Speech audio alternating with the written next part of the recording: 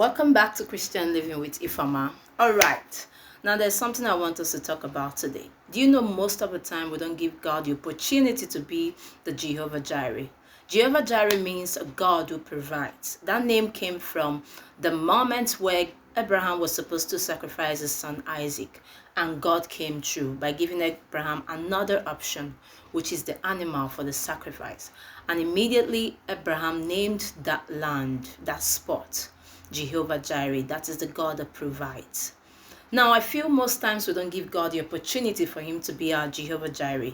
Let's take, for example, you have 2,000 naira in your bank account, and you know this 2,000 naira will not be enough to sort out everything you need to do for the month, probably before you get your next pay. And already you're thinking about borrowing money, thinking about the right candidates to borrow this money from.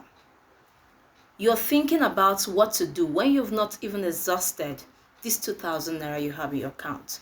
So how would God actually prove himself to be the great provider when you already sorted everything out in your head, even before you exhaust the 2,000 naira?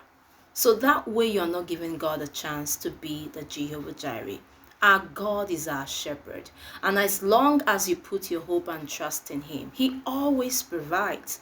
I've been in opportunities where, or situations where there is nothing, and in my heart I've said, no borrowing. God, I don't know how you're going to do this, but I'm not going to borrow. I am not going to borrow. And I say it out loud for my ears to hear them. You have to keep saying it. I am not going to borrow. I should be the head and not the tail. I should be the lender and not the borrower. It is not the will of God for our life to borrow. There are actually different kinds of borrowing, but that's another topic for next time.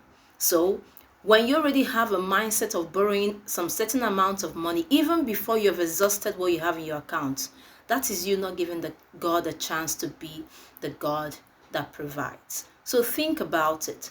What are those areas where you're already thinking about borrowing when you have not exhausted it? Why not exhaust it first? Now, let me tell you, when it comes to the things of God, you don't figure out everything. There are sometimes you know you've done your part. Leave the part for God to do. In fact, it's a sin for you to figure out everything. It means you are not trusting God completely. That does not mean you're not supposed to do what you're supposed to do. You do your part. But there are times where we have done all we know how to do and we don't know what else to do. That's where God comes in. So in that case, exhaust the 2,000 naira, exhaust the 1,000 naira, exhaust the 500 naira you have first. Then watch what God will do. I hope this God blesses you. Now, remember to give God a chance to be the Jehovah Jireh. Have a nice day. Bye.